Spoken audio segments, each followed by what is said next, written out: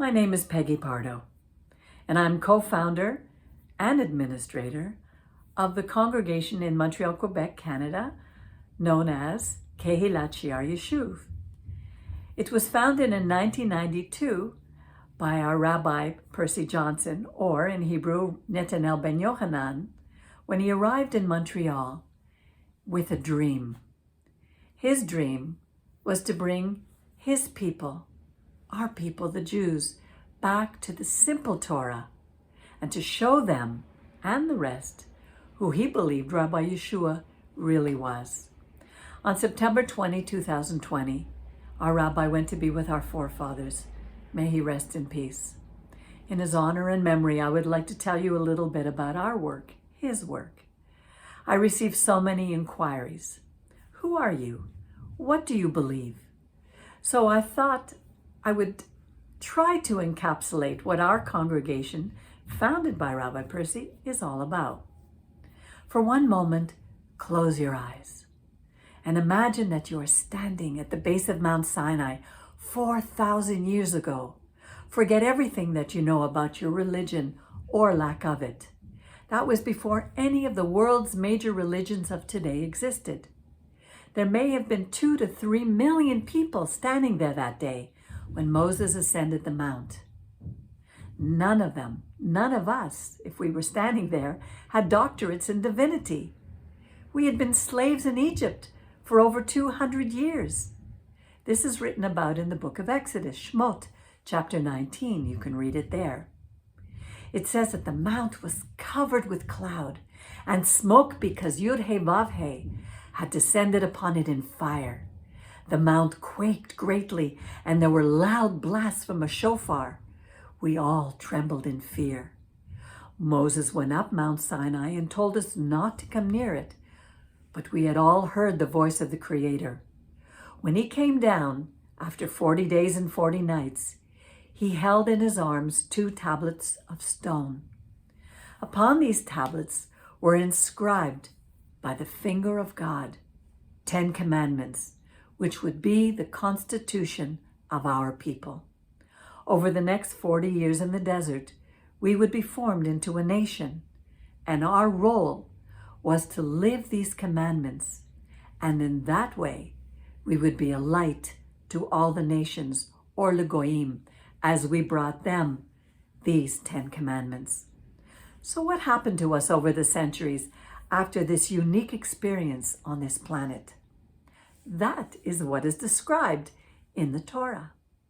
We were told about our history, about our purpose as a people, and about what would happen to us if we obey and if we disobey. It's not really a complicated issue. Over the centuries, this simple message became clouded over and drowned out by one religion after another, including Rabbinic Judaism.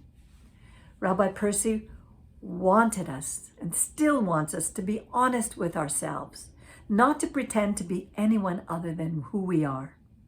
God created each of us and gave us each a role on this earth.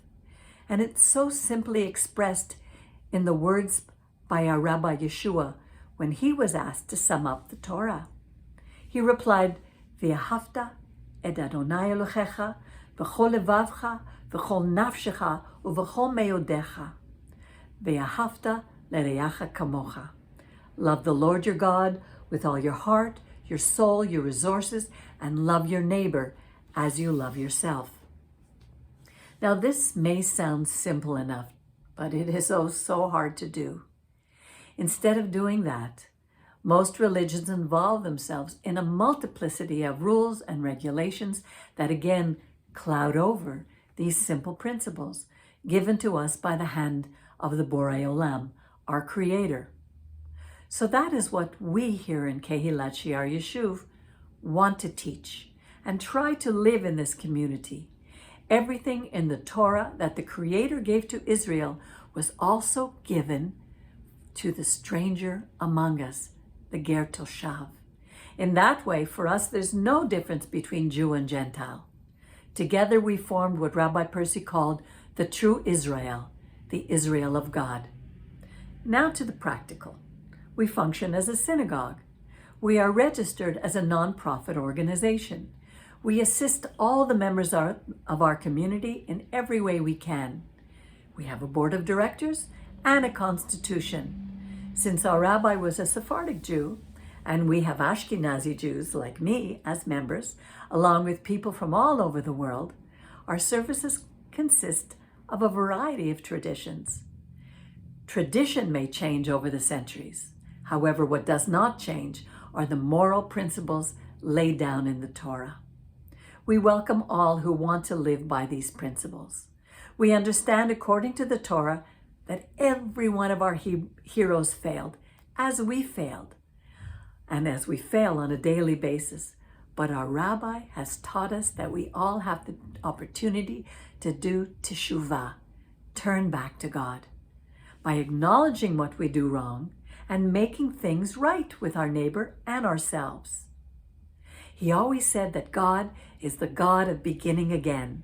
We always have a way to start again. That's when we walk with him. And when we do, life becomes like an upward spiral. Although we may seem to have to face the same problems and dilemmas over and over again, we will always face them at a higher level of understanding and wisdom. It's like we take 2 steps forward and only 1 step back.